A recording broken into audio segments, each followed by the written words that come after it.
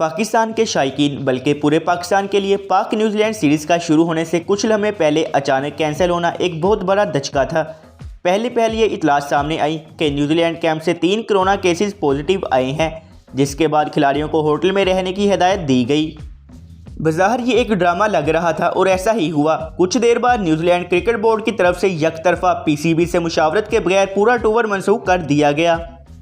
अब ना सिर्फ न्यूजीलैंड पाकिस्तान के खिलाफ 3 ओडीआई बल्कि 5 मैचों पर मुश्तमिल T20 सीरीज भी मनसूख कर चुका है।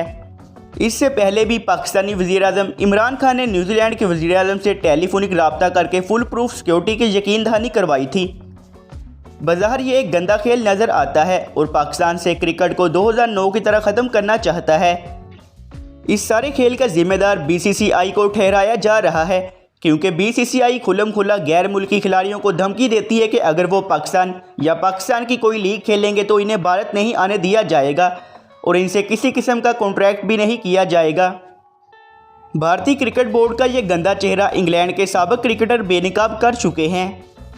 न्यूजीलैंड के सीरीज़ मनसूख करने के बाद PCB ने सख्त एक्शन लेने का फैसला किया है और PCB के नए चेयरमैन रमीज़ राजा ने दबंग ऐलान करते हुए ट्वीट किया है कि न्यूजीलैंड पता नहीं कौन सी दुनिया में रह रही है, अब न्यूजीलैंड क्रिकेट बोर्ड से ICC में ही मुलाकात होगी। न्यूजीलैंड की इस घटिया हरकत की वजह से हर पाकिस्तान का दिल दुखा है। इसके बाद दुनिया भर से पाकिस्तान के हक में ट्वीट आना भारत और न्यूजीलैंड के मुंह पर तमांचे की तरह साबित होता है।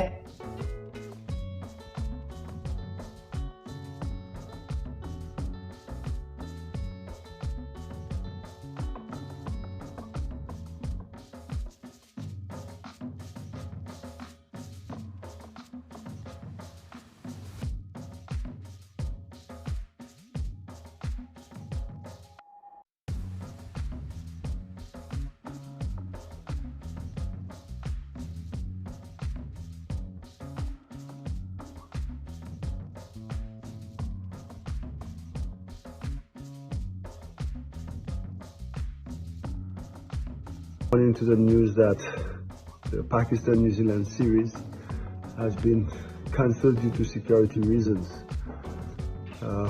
Was a big shock to me, but mostly very disappointing and sad.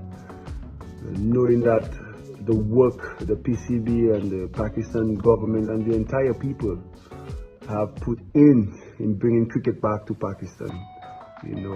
Over the last 6 years. Playing cricket in Pakistan, exploring the country, exploring the culture,